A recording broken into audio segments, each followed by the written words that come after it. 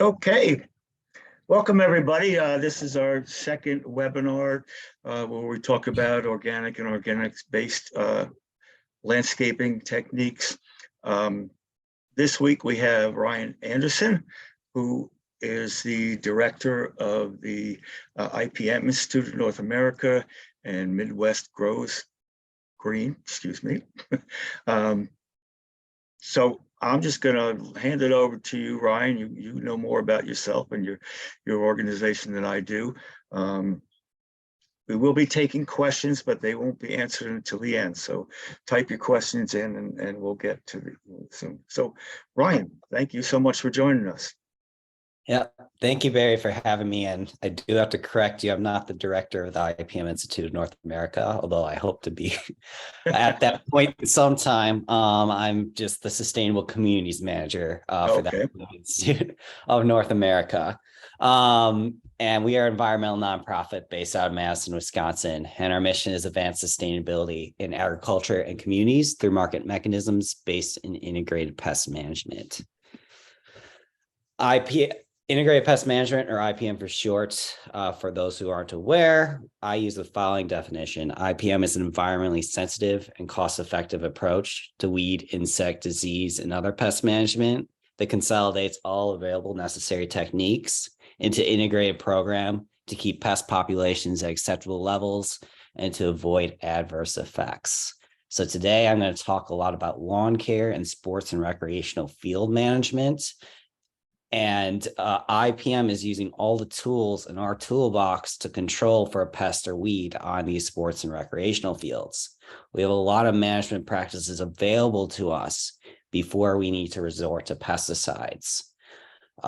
Midwest Grows Green talks the most about cultural practices, anything that goes into building or growing healthy, dense, deeply rooted turf grass systems or vegetation systems that are going to outcompete weeds and pests for air, water, sunlight, and nutrients. So that's things like mowing high, watering properly, aerating compacted soil, overseeding bare soil areas, fertilizing organically, using compost top dressing, and more. Then Midwest Grows Green will talk about biological and mechanical controls. Biological could be such things as using beneficial nematodes to kill for grubs. And mechanical could be mowing off the tops of dandelions' heads before they can reproduce. And finally, IPM does allow for the use of pesticides, but only after we've exhausted all these other measures. And if we're going to use a pesticide, we want to make sure we use the least amount of the least harmful product. Just a little more overview about the program or initiative that I run, and I've run since 2015.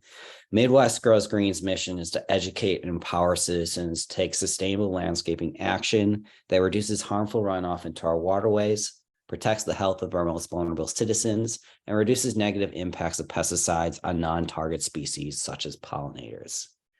As I mentioned, we started Midwest Grows Green in 2015 because we were really concerned about one statistic, and that was that the U.S. lawn and garden sector applies pesticides at such high rates. So here at Midwest Grows Green, we have a lofty vision, and that is to make all public and private parks, playing fields, and outdoor landscapes in the Midwest organic by the year 2030. We have a long way to go to achieve that vision, but we're confident that we can achieve it because we have a couple different programs that I'll run throughout this presentation to help us get there. Right now, the U.S. lawn and garden sector applies nearly 90 million pounds of pesticide product each year. The U.S. EPA found that 82% of urban homeowners will apply pesticides on their lawns. And the National Wildlife Federation did a study that found that the average urban homeowner will apply up to 3 to 10 times more pesticides per acre on their lawns than what farmers will apply on their crops. Now, I just want to clarify what I mean when I say pesticide today. The IPM Institute defines pesticides as anything that is designed to kill, eliminate, or repel an animal, plant, or insect. This is also the definition that is used by the US EPA. It's general, but includes insecticides, rodenticides, herbicides, fungicides, and larvicides. All these chemicals end inside. All of them are designed to kill living things. and often the biological processes that these chemicals impact are not unique to their intended targets. We are concerned about a number of pesticides that are used in the U.S. lawn and garden sector, but we've been talking a lot over the past few years about glyphosate, and mainly because of this man. Some of you might already know who this man is. His name is Dwayne Johnson, or Lee Johnson, and for a couple of years, he was a groundskeeper for a school in California. He accidentally covered himself in the herbicide product Ranger Pro twice over that time span, and he developed terminal non-Hodgkin's lymphoma. A district court in San Francisco ruled that the producer of Ranger Pro, which at that time was Monsanto, now it's Bayer, must pay Mr. Johnson $289 million for the damages caused on his life and for misleading the public on the health and safety of their products. Now, the active ingredient in Ranger Pro is in fact glyphosate. Glyphosate is also the active ingredient in Roundup, and is the most sold herbicide in the world and most applied herbicide in the world. We use it in agriculture. We also use it in natural resource management, and sometimes in sports and recreational fields, especially around baseball diamonds, or we could see glyphosate used. In 2015, the International Association for the Research on Cancer classified glyphosate as a probable carcinogen.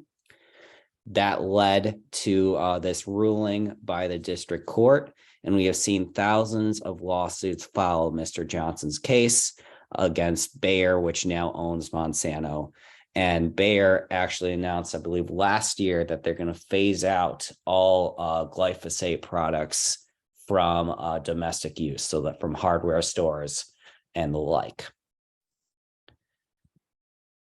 Since this ruling and since all these lawsuits, we have seen a lot of restrictions and bans on glyphosate. 41 countries have reviewed, restricted, or banned glyphosate.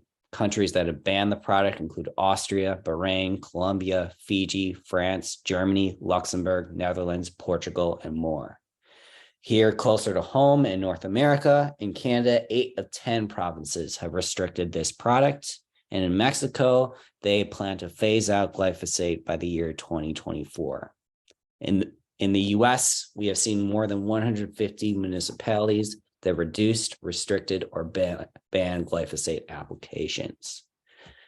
And we don't expect that these restrictions, these bans are going to slow down, because we continue to see more news stories around glyphosate, as well as some of these other herbicide products.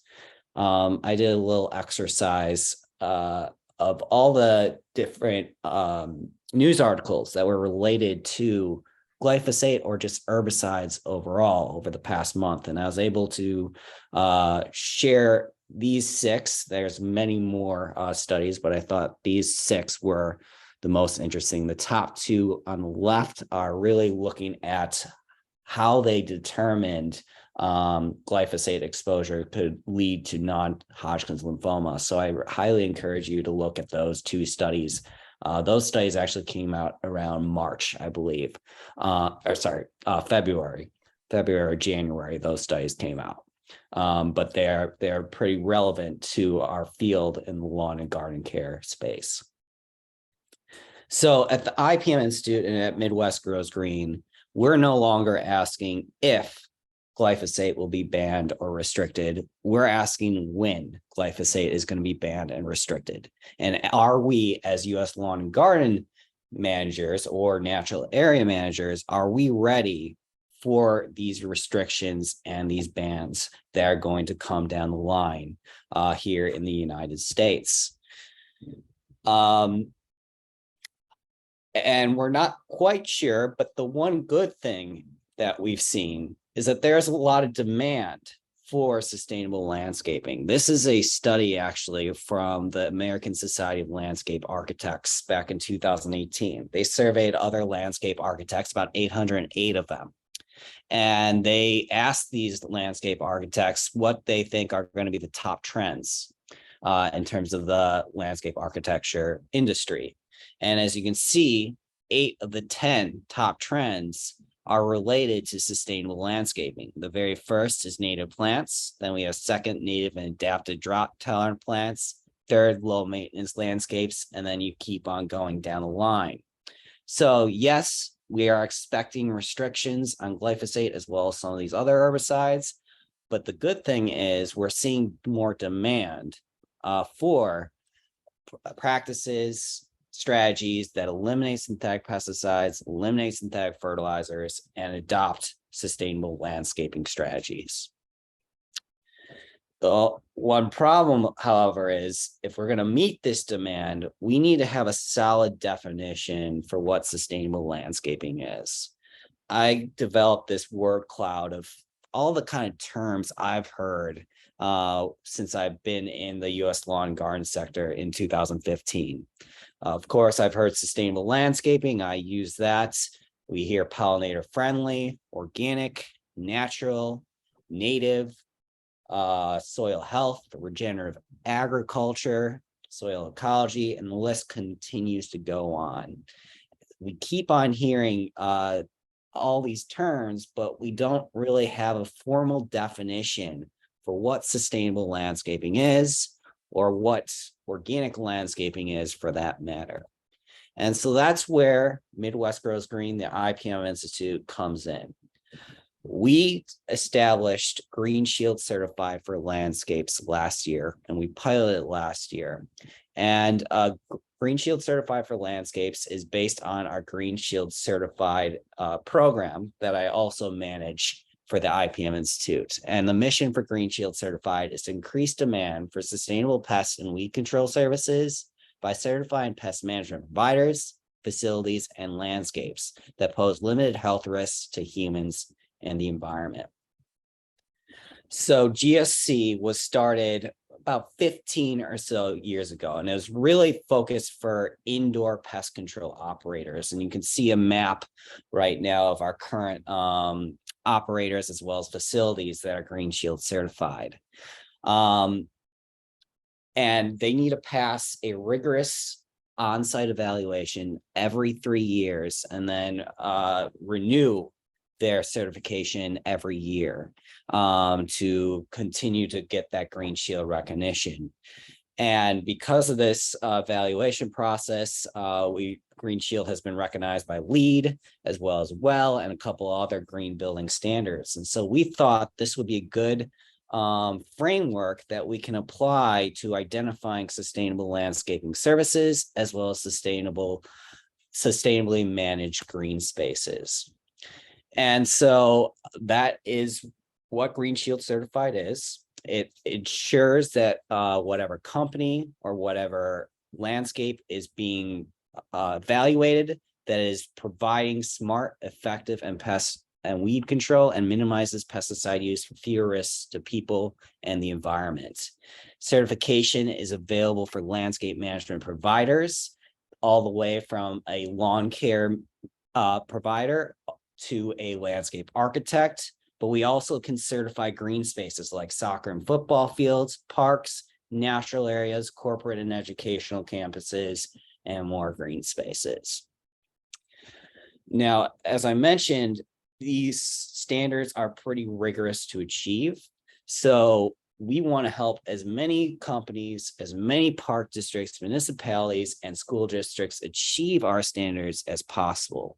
And to do that, we teach sustainable landscaping through our Lawn and Land Forum, and we have a couple of different approaches that we really encourage through the Lawn and Land Forum. And one of those approaches that I'm going to go through today is called the flywheel weed management approach. It's mainly applied toward natural areas, but it can also be applied towards turf management, especially on sports and recreational fields. And I'm going to cover how we apply the flywheel on sports and recreational fields in this presentation. So as an overview of what we're saying with the flywheel, back in the industrial ages, they had these large wheels or large generators, and it took a lot of effort to push these metallic generators forward. But once you get that generator moving forward, it's very hard to stop that generator. That's what we want to do for our green spaces. We want to exert a lot of energy, a lot of time in the first 3 to 5 years on these 4 spokes that you can see in this graphic. The first one is investigation, planning, prevention. The second is plant and seed selection. The third is alternative weed control products and practices. And then finally, evaluation improvement. We want to spend a lot of time in the first 3 to 5 years on those 4 spokes. But as you spend your time in those first few years, eventually your green space is going to get to where it's self-correcting and it's resilient against pests and weeds, and you won't need any herbicides or any pesticides, and you'll also need limited synthetic fertilizers and everything like that. So I'll talk through this flywheel weed management approach, but if you want to learn more, we also have a link at bit.ly/flywheel approach. And that will take you to a further description of this approach and people that are using elements of this approach in their own work. And I'm going to cover the flywheel through the lens of Midwest Grows Green's Technical Assistance Program, or TAP for short. TAP is helping municipalities, park districts, and school districts transition their highly trafficked parks or green spaces away from synthetic pesticides and fertilizers. Our current clients include Elgin, Lake Forest, River Forest Park District, and Clarendon Hills Park District in the state of Illinois, the city of Shorewood in the state of Minnesota, and Milwaukee Public Schools out in Wisconsin. If you want to learn more about our Technical Assistance Program, or TAP, you can visit bit.ly/MGG and caps assistance and uncaps.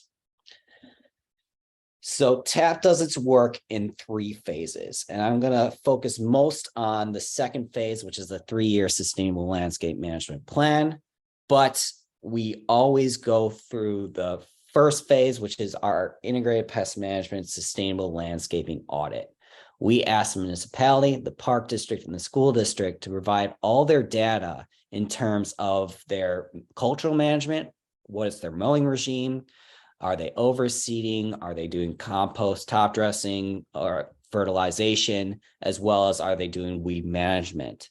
And then after we get all that information, we're able to prioritize their green spaces and shift their time and resources towards the natural or sustainable management of their highest prioritized parks.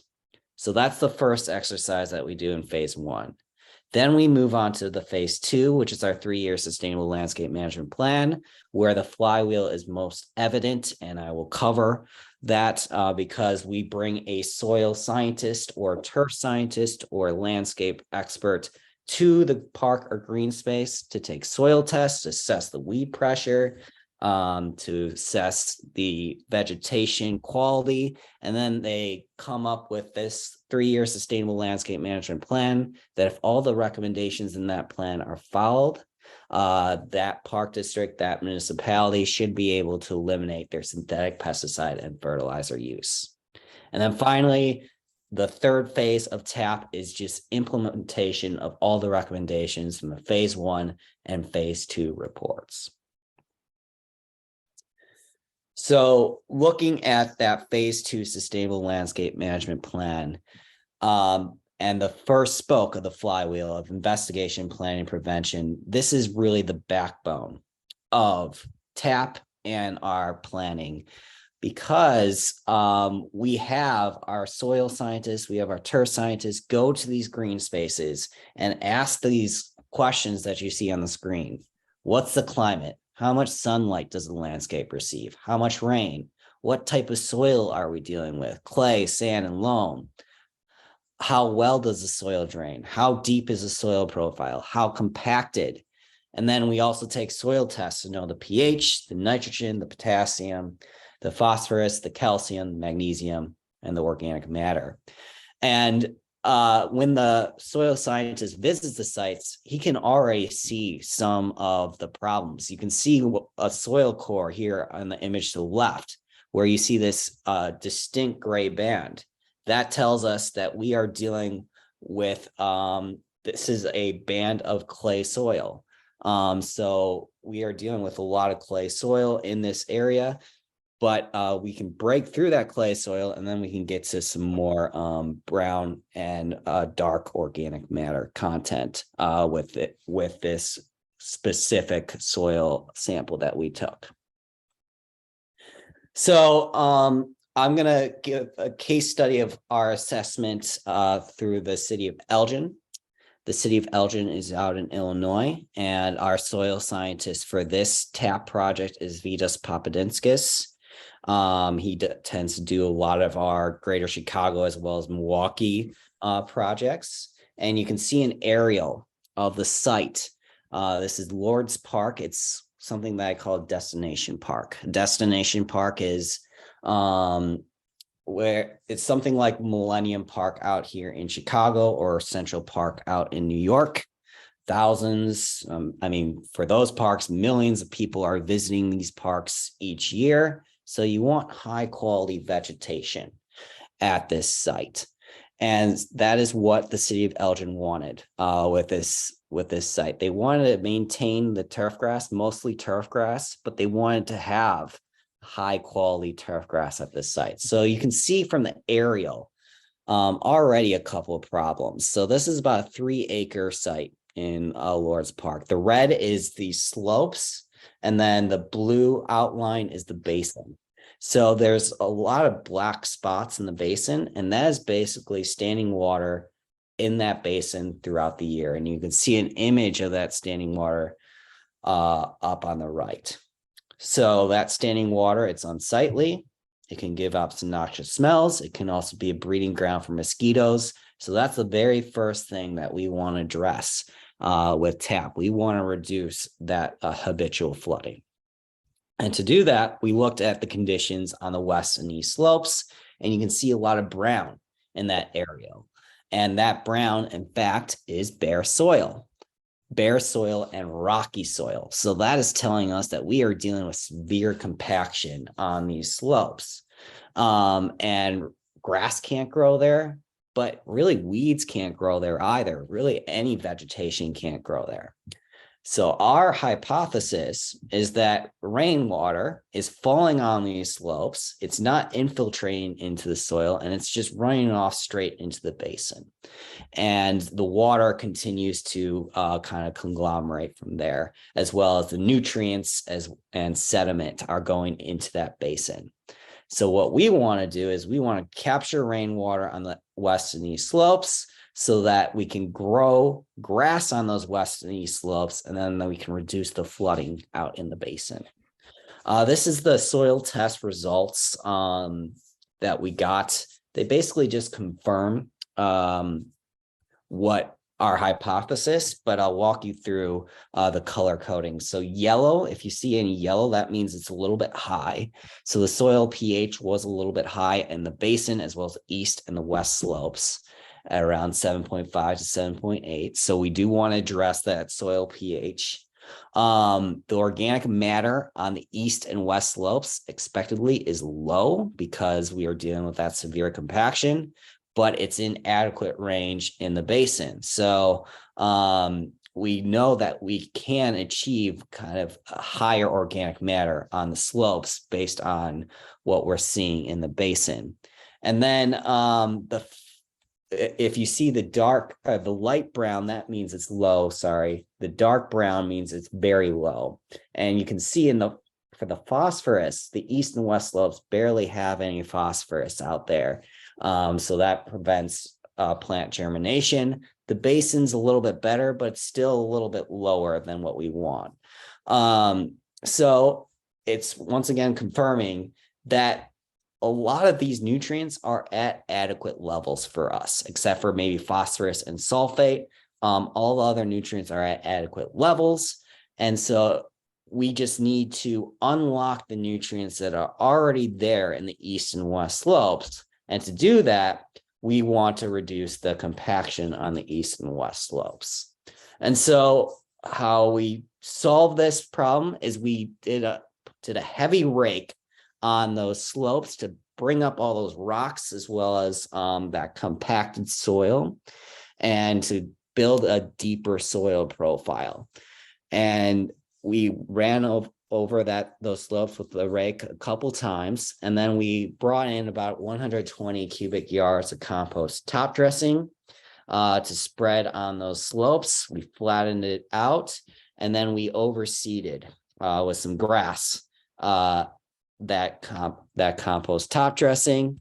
Within a month, the grass started to establish and it germinated. And then within a month and a half, we had kids playing soccer on that field. We use no synthetic pesticides. We use no synthetic fertilizers. And it's all thanks to that planning, that investigation that we did beforehand, that this project was so successful for the city of Elgin, and that we could establish this landscape as a natural, sustainably managed landscape. Okay, going on to spoke 2 of plant and seed selection. Once again, the planning, the investigation is going to really determine the types of plants and seeds that you can establish on this landscape. For sports and recreational fields, our decision is a little bit easier, right? We want to grow grass because that grass is arguably the best or maybe the only vegetation that we can use for a soccer game or a football game. But there are many different types of cultivars. And as I refer to lawnandland.org, or I referred you to a link on lawnandland.org earlier. We also have a link, bit.ly/mgg in caps and cultivars and uncaps. And it comes up with a couple of these graphs that shows you high performing cultivars on the Kentucky bluegrass side, as well as the tall fescue side. If you manage sports fields, you probably know that a lot of people tend to use Kentucky bluegrass because it grows by its rhizomes, so it grows laterally. And there are some high performing cultivars for Kentucky bluegrass that you can see in the image to the left. But we've been trying to look a little bit more into tall fescue just because tall fescue tends to be a little bit less nutrient dependent. It's also more drought tolerant, and it's tolerant to a lot more diseases than Kentucky bluegrass. So, and one thing that to note is for that Elgin site, you can see that grass, that is actually rhizomatous tall fescue that we're using on this site. And that's what we chose, and it worked really well. So it grew from its rhizomes and it grew laterally, and you don't have to overseed that lot every year like you would have to do for normal tall fescue mixes. So there continues to be new mixes that you can consider for your sports and recreational fields to limit your need for synthetic pesticides and fertilizers, or just, fertilizers and pesticides overall. One last brand that I want to go into before going into the third spoke is eco lawns or micro clover. We're seeing a kind of a new trend in bringing clover back into the lawns. Clover always used to be a part of lawns, but some things happened where it was taken out of our lawn mixes. Now we're trying to bring it back into lawn care mixes. Clover is a legume, which means it recycles nitrogen gas into plant accessible nitrogen of ammonium and nitrate. So basically free fertilizer for your lawn. And the brands that you see up here are, you don't need to fertilize them because you have that clover. You don't need to apply any pesticides because that will kill the clover, as well as some other wildflowers that are in these mixes. You don't need to water once established because clover, as well as these grasses, are very drought tolerant. And they're mow once per month. So it's very low maintenance once you are able to establish these lawns. And so we like to recommend these to park districts for, non-athletic fields, just kind of areas that people like to, lay around on. We're especially encouraging them for our schoolyards that we're working with, because they don't have the management staff at these schoolyards or the management resources to follow a lot of our cultural recommendations that we offer them. All right, moving on to the third spoke, which is alternative weed and pest management. As I mentioned at the start, we stress those cultural practices, then we consider biological and mechanical controls, and finally, we look at some pesticides. In terms of cultural management, I always like to use this graphic. It's called a read your weeds table. And on the top row are favorable conditions like compacted soil, mowing height too low, low pH. And the left column are popular weeds like annual bluegrass, crabgrass, and dandelions. And what most people can understand from this graphic is if you culturally maintain a dense, deeply rooted turf grass system, that's going to eliminate a lot of conditions that are favorable for pests and weeds, like air, water, nutrients, and sunlight. So taking an example, annual bluegrass is 3 favorable conditions are compacted soil, mowing height too low, excessive watering. Compacted soil, I talked about how you can do the compost top dressing that significantly reduces soil compaction, but we also recommend for our sports and recreational fields, aerating these fields, at least 3 times per year. If they're really compacted, you can even get up to 5 times per year. Mowing height too low. For sports and recreational fields, we recommend mowing no lower than 2.5 inches. Home lawns, we want to raise that even higher, no lower than 3 inches. And if you can get to it, 4 inches for your home lawn. And then excessive watering no more than 1 inch per week. And that should be one thorough watering, not spread out over the week. So we really stress in our TAP reports, those cultural management. Cultural management is the majority of the recommendations that show up in our report. But we do understand that at times, weed density will exceed the thresholds that our clients or our partners accept. And so in those instances, that's when we consider available alternatives to glyphosate, as well as some of these other herbicides. And on lawnandland.org, it goes through a couple of those options. I'll go through them briefly that you can see. The first thing is pre-irrigation. If you have a bare soil area, you can just water that to have the weed seeds germinate, and 14 days later apply an organic herbicide to control, and that has up to 50% effectiveness on those weed seeds. Target grazing, things like goats, that's more for natural areas, as well as controlled burning. Conservation mowing is also for natural areas. You can consider manual removal. We've seen a lot of trends in terms of flaming, steaming, or foaming, basically using heat to denature plant cells.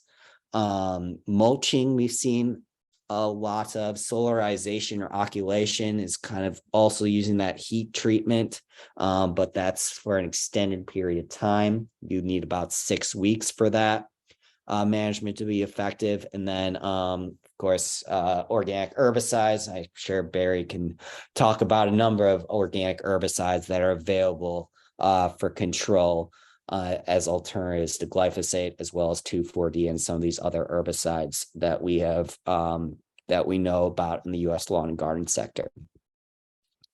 One thing that we always provide our municipalities and park districts is a pesticide product selection protocol. If you do need to resort to a pesticide, organic or synthetic, we always want to avoid products with high acute toxicity, which means an EPA label of danger warning. Now that's different for organic. If it does have danger, that's fine. It's organic, it's just contact. You just need to make sure you have the proper personal protective equipment. Avoid products that have possible, probable, known, or likely carcinogens, reproductive toxicants, endocrine disruptors, or nervous system toxicants. And some of the databases that we use for that information include the WHO and its International Association for the Research on Cancer, California Proposition 65, the US EPA, and a couple other standards. Avoid products where the soil half-life of all ingredients lasts longer than 30 days. If the product lasts long, doesn't break down, that increases your risk of being exposed to that product. And then, of course, we want to train staff for application, storage, and disposal of these lawn care products to make sure that we don't have any accidents if we are applying those products. And we want to make sure that all the staff or all employees, if they are applying pesticides, that they are certified by the state. And then finally, designate an IPM coordinator to determine necessary actions for a pest or weed problem. Okay, finally going to the last spoke of the flywheel. And, I think something that's quietly is often overlooked and something that we've really tried to stress in the technical assistance program with our partners, and that's evaluation improvement. As we said, this is a 3 to 5 year process if we're transitioning away from synthetic chemicals. And so you're going to have to troubleshoot a lot. And it's not, these fixes aren't going to happen overnight. And so one thing that we like to do is we like to have quarterly meetings in our phase 3 with our municipalities, our park districts, to just troubleshoot, see if there's any weed or pest problems that have popped up, and see if we can solve it for them, or if we can steer them in a way for another resource. We also like to have them fill out this sports turf rating system if they're dealing with an athletic field. It's developed by the Ohio State University, but I really like it because it's pretty easy to fill out. You can look at some of the factors that they're considering, like water, if it's irrigated or not. If it is irrigated, they assess a score of 1. If it's not irrigated, they assess a score of 2. And then you just go down the line: food, fertilizer applications per year. If you're doing 2 or more, you get a score of 1. 3 is for none. And then we look at bare soil, weed density, what's your mowing height, things like that. And so you keep on going down the line, and eventually it'll churn out this score on the column to the right. And if your score is 11 to 20, that's telling us that we should just continue current management that we've been doing because the field is performing well. If it's between 21 and 35, we really want to consider reassessing and maybe changing up a couple of our management practices so that we can get optimal performance. And fortunately, no TAP project has gotten to this point, but if the score is over 35, then that's when we're going to consider a complete renovation in terms of, installing sod cutting and just starting anew. To help with those assessments, we encourage our partners to do record keeping. This is from one park district that we worked with, I think in 2018. I was very impressed with their record keeping of pesticide applications, but also fertilizer applications. They gave us the application dates, the location, the reason for application, the product applied, the active ingredients. It also looked at wind, what was the wind velocity, things like that. It gave us an incredible amount of data so that we could develop a really succinct and comprehensive report for how they can improve their practices. But the other benefit to this is, a lot of you probably know, there's a Freedom of Information Act, where a resident or a customer can ask to have this information. And if you don't have these records, you could be spending a lot of time gathering these records as opposed to actually doing the cultural management that we're stressing through the technical assistance program.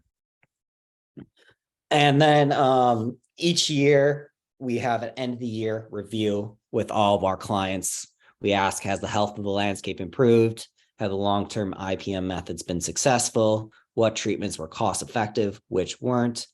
Have you realized the savings from reduced pesticide use or not? And we have some more questions just to make sure that this TAP program, this project is going right and going in the right direction. So this is just a recap of what the flywheel weed management approach is. Spending the first 3 years on the investigation, plan, and prevention, plant and seed selection, alternative weed control products and practices, and evaluation improvement. And then this is the technical assistance program, bit.ly/MGG and caps and assistance and non-caps. All right, tying everything together and bringing it back to Green Shield certified for landscapes. So we believe that people that apply or can manage the flywheel weed management approach, they will be able to achieve our Green Shield certified standards pretty easily. And just a recap of what these standards are. We offer these standards for landscape management providers. This could be a lawn care company, but also a landscape architect. But we also do it for green spaces like soccer and football fields, parks, natural areas, corporate and educational campuses, and more green spaces. In total, so they need a pass. All applicants need to pass an on-site evaluation. And to pass, they need to meet all of our minimum requirements, and they need to score 80% or above on our scored practices.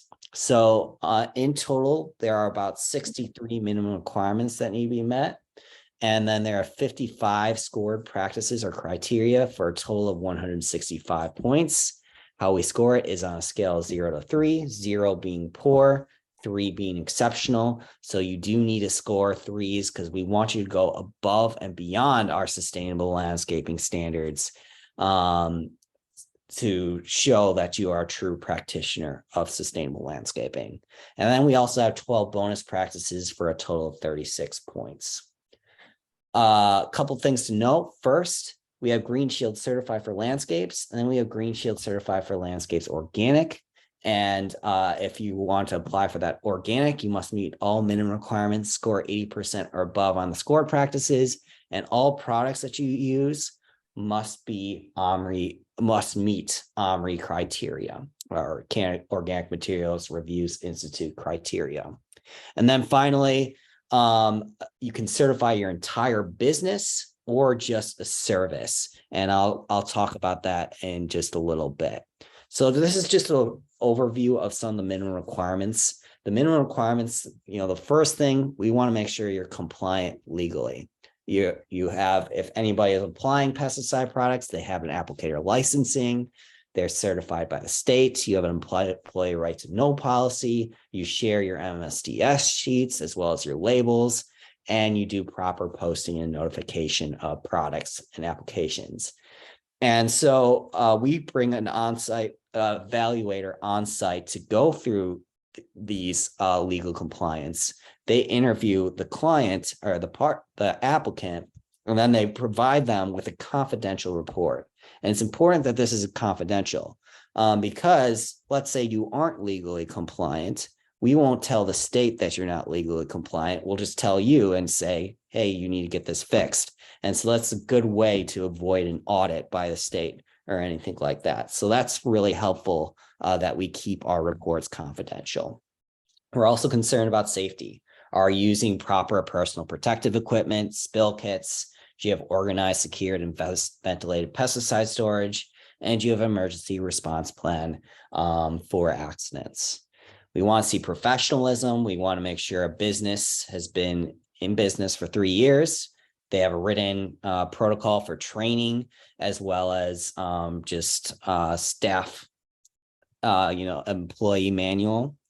And then, of course, we want to make sure that you have an IPM policy, you have site inspection, evaluation, testing, and recommendations in place, and your products that you're using are compliant with our GSC standards. So if you think back to the pesticide product selection protocol, none of the products are carcinogenic, none of them are reproductive toxicants, and you go down the line there, and their soil half-life is less than 30 days.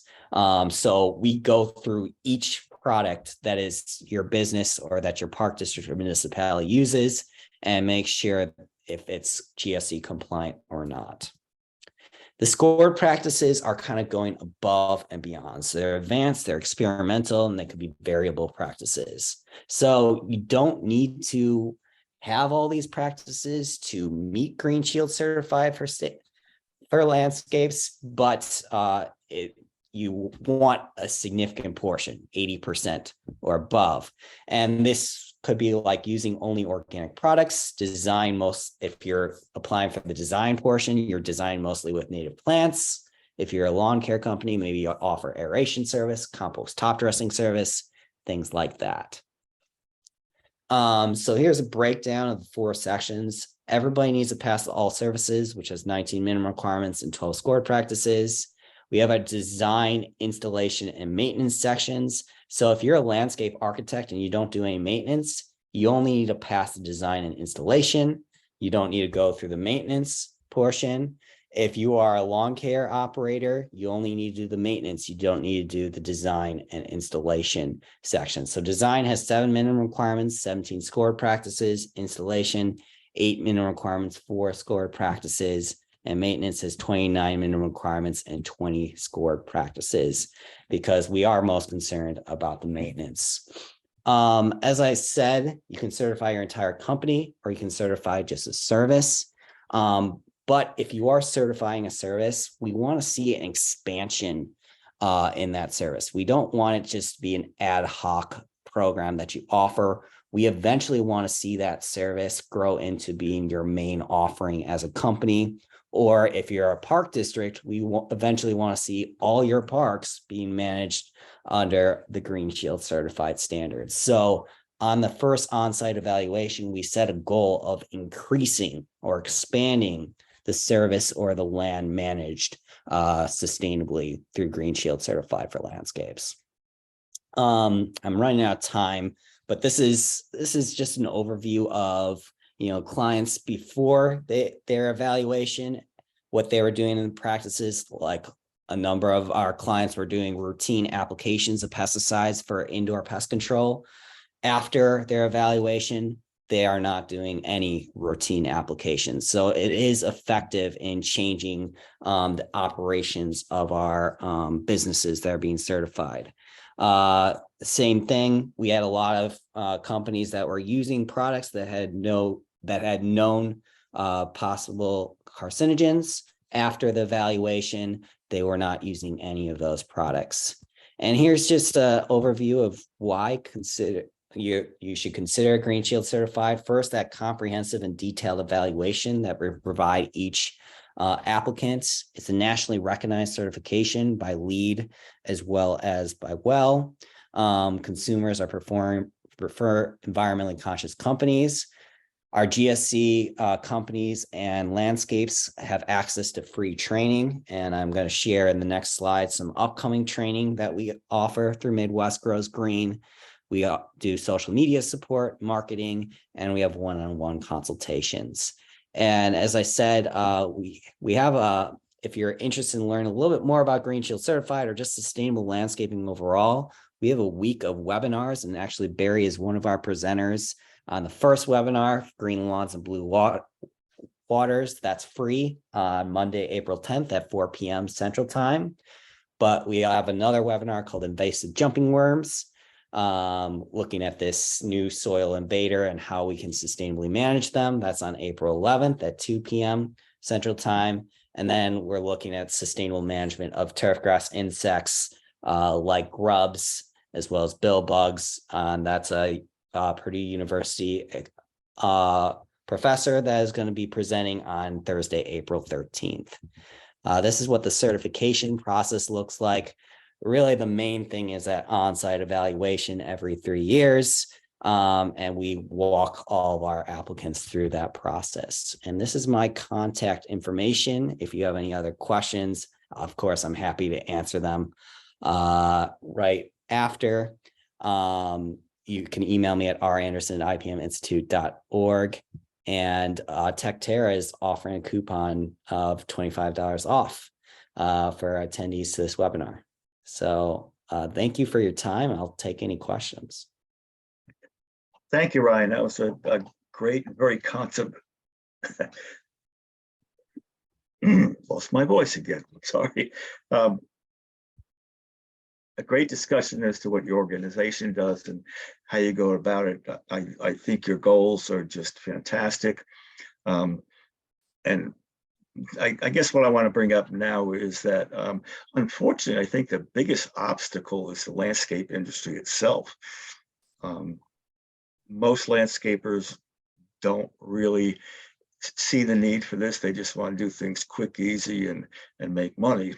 So, you know, somehow there has to be some kind of movement within the industry to move away from the current practice and stuff. But you're doing a great job. Appreciate it. Thank you. Hi, Ryan. It's Rachel, and I'm just looking through all the comments and questions in the chat.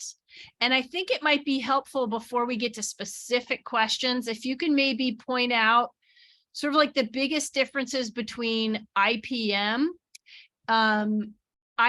conventional IPM,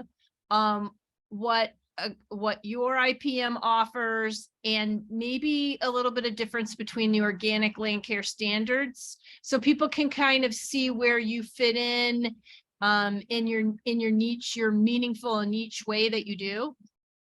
Yeah. And yeah, thanks for that question, because I think a lot of people, when they hear integrated pest management, a lot of times they think it's, you know, it's an industry word. And at times people are like integrated pesticide management. But that's not how we are. That's not how we approach it. We always approach it in terms of, you know, there are many different options to manage a pest or a weed. And the very first thing is, especially with landscapes, is healthy soil, growing healthy soil, as well as healthy and resilient turf grass. And so that's everything that we start off with. We don't even talk about pesticides unless it's brought up by, you know, our partner or anything like that, because any turf grass expert will tell you that the best defense against pests or weeds is this dense, deeply rooted turf grass system. So that's our approach to it. It's also very similar in indoor integrated pest management. We always talk about, you know, exclusion, sanitation, things like that, eliminating food, water, and shelter before considering actually controlling for that cockroach or the rodent. So that's always our look at eliminating food, water, and shelter. And so why we continue to stress integrated pest management is because, you know, from our view, you know, when you talk about organic, you're talking a lot about soil health, about some regenerative things, as well as, you know, managing healthy vegetation. And that applies a lot to our definition that we use for integrated pest management. So that's why we have Green Shield certified, but for landscapes, we also have Green Shield certified for landscapes organic, because we don't think you can get to organic without applying all these other IPM practices that we've been talking about over time, like things like compost top dressing, aerating compacted soil, watering properly, fertilizing organically, things like that. So does that make sense where we're coming from with that definition? I think so. Just to kind of paint a deeper picture, maybe, could you tell us what the most ideal client would be for you? And what makes for a good success story? Hmm. Yeah. I really liked I'll say right now we're working with schoolyards out in Milwaukee. And what they have is they basically have this, the schoolyard is a mess. It's covered in weeds, and they basically restored it from asphalt to green space, which we want to transition from asphalt to green space. But they didn't have the right specs, and basically brought in a lot of different weed seeds, and basically kids cannot play in that schoolyard. And so for our technical assistance program, we're happy that we're here for them because, you know, they need to have a very comprehensive restoration of the schoolyard. And that is either using synthetic pesticides and fertilizers for them and starting from day one, or worst case is going to artificial turf. And we are here to say, no, you don't have to do that. We can come up with this 3-year sustainable landscape management plan.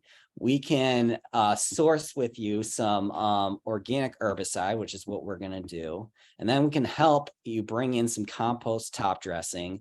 And then finally, some grass seed that is going to perform really well for them. And they aren't going to have to maintain it as much once it gets established. And we can do all this by working within their budget, because their budget for landscaping for a lot of schools is very limited. And so that's kind of the clients that we really like to work with, is those people that have these limited costs or limited budgets, but they still need our help and still need our support. But with that said, you know, we can also work with a lot of other, you know, neighborhoods that have a lot more budget to them as well. Just as a comment to what you're doing, I think that having worked as an advocate in many different scenarios, including the municipal space, it feels like there has to be a multitude of solutions offered, and not everybody can jump straight into organic. And some people need something that relates to where they're at in their headspace, or where they're at with enforcement. Like, it sort of seems like you've got a lot of more checks and balances going along with what you're doing, and that offers through the certification that gives that. And some municipalities absolutely must have that. And some only talk the language of IPM. And the minute you bring the word organic up, you have already lost their attention.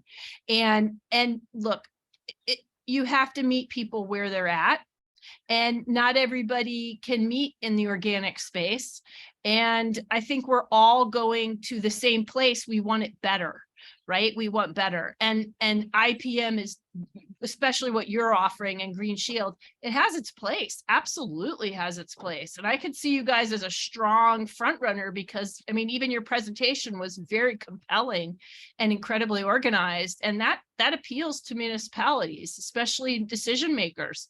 Having some sort of informed structure that has a certification or an enforcement component and a couple extra critical eyes, that's like brilliant. Some places they can pay for it. I don't know if you have or can offer to us what your costs are within what you're doing, your structure, or how you structure that. Yeah, it depends on the program. So TAP, we did sign a contract. Shorewood is around 15,000 to 20,000 for all the 3 phases that I described. So that's a 3-year contract with them that we have. And then Green Shield certified for landscapes is the valuation fee is 1,250. plus travel for the evaluator. And then we have an annual renewal for companies, and that's based on your employee size.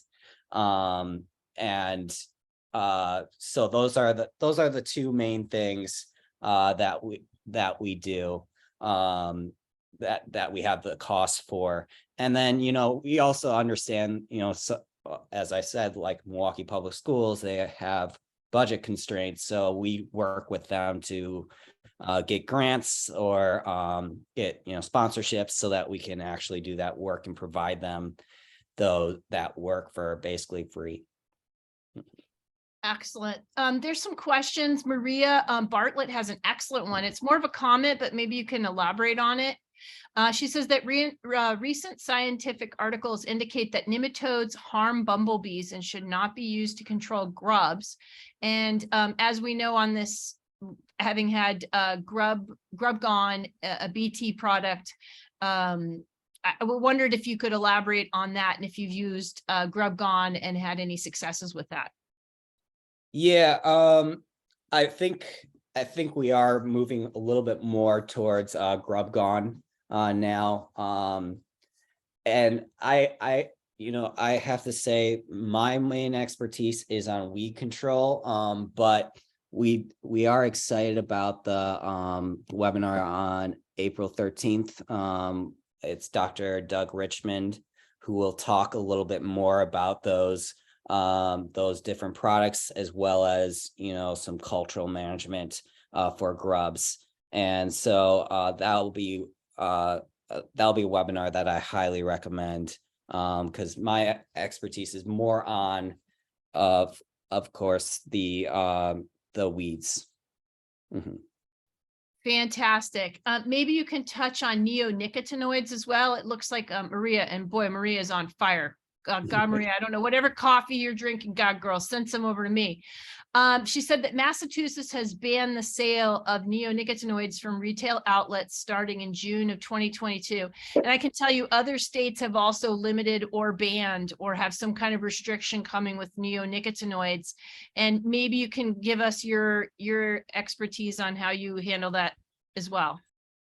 Yeah, neonicotinoids would not pass Green Shield certified for landscape standards. So our recommendation would be the cultural management, and then some of these other organic products, because we do have something in our standards that say they cannot be harmful to fish, aquatic life, pollinators, and everything like that. And we are very concerned about neonicotinoid use in landscapes, but I would say that a lot of the companies, the park districts that I've worked with in the technical assistance program, I haven't really seen a lot of neonic use.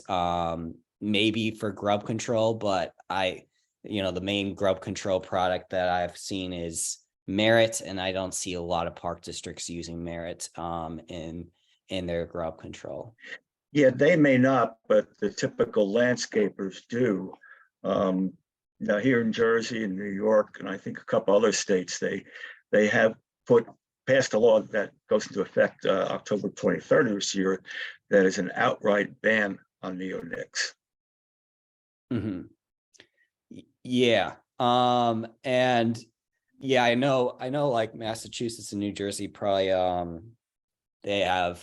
they don't have preemption, because I know I've actually worked on a policy here in Chicago, didn't get passed, but Chicago is the only city in the state of Illinois that can actually ban private or homeowner use of a pesticide or restrict it, because their population is over 2 million. That's in the Illinois pesticide law.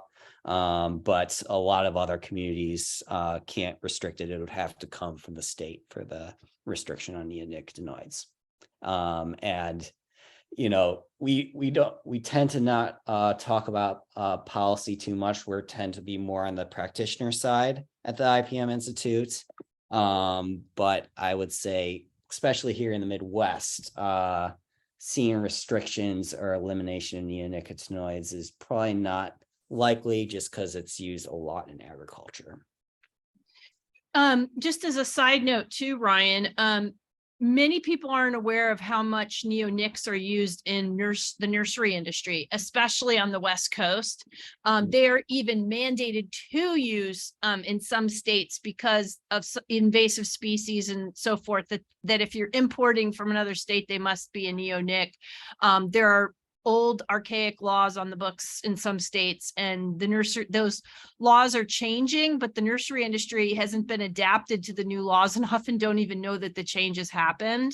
And that's unfortunate. And for all the advocates listening, that is something that we could drive home to the nurseries by just helping them understand what the changes are with the laws, so that they don't keep applying what they don't have to, because those neonics, if you've got trees, can be persistent within the DNA of the plant, and the soil ball. They come in for years. I mean, 5 or more years. And then you have the debris coming off the plants, the leaves and so forth, and the composted materials, and those are full of neonics, plus the pollen and so forth, becomes a toxic situation for all kinds of insects and animals. So just something to keep in mind, that your nursery stock could be a way that you inadvertently do bring in or exclude neonics. Yeah. And the last use I saw it for was emerald ash borer treatments. That's we've seen that a little bit. So our recommendation is probably just move away from ash trees, unfortunately. Yeah, that's a pretty reasonable thing to say. Julie Snell would like to know what places and or municipalities have implemented the TAP and the 3-year process.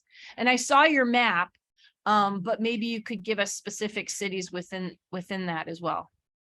Yeah. So TAP formulate that have gone through. So the first few communities were River Forest Park Districts, and we're actually renewed them 2 years in a row. And their parks are Keystone Park and Priory Park. They are in the 3rd year of working with TAP. That's in Illinois. It's right by Chicago. We have also the city of Elgin, which I showed. Lord's Park, and then they actually increased to about 12 pesticide-free parks across the community after TAP work, which we're really excited about. Also in Illinois, we have the city of Lake Forest that is going to kind of start on our recommendations this year formally. So we're going to announce that pesticide-free park this spring. And there's Clarendon Hills Park District, which is out in the western suburbs and actually where I grew up, which I'm excited about. They've been participating since last year. And then Shorewood, Minnesota, which is by Minneapolis. We're helping them with their their pollinator policy resolution, trying to adhere to that. And then we have our Milwaukee Public Schools that we're working with. We have 3 schoolyards, and then we also, we have 2 schoolyards in the Chicago area too that we're working with. Nice. Congratulations on that, Ryan. John Raffiani would like to know, and I'm guessing what he's asking here has to do with your Elgin Park restoration. And I know you top dressed with what looked like compost or soil. He wants to know what was done to address the drainage issues. Yeah, so they did plant, I think they planted kind of a mini rain garden. I've seen some pictures of it. Some like trees that are a little bit more that can excel in that kind of environment. So they did plant in that kind of basin area, some trees and some plants, kind of more of a rain garden in that area. And then we were able to capture a little bit more rainwater on the slopes because we were able to reduce that soil compaction.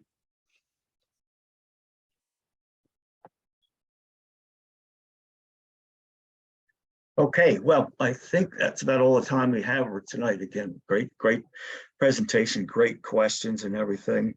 So I just want to remind you what's coming up. You mentioned John Raffiani. He's going to be our speaker next week. Week after that is Rick McCoy, who's also on here.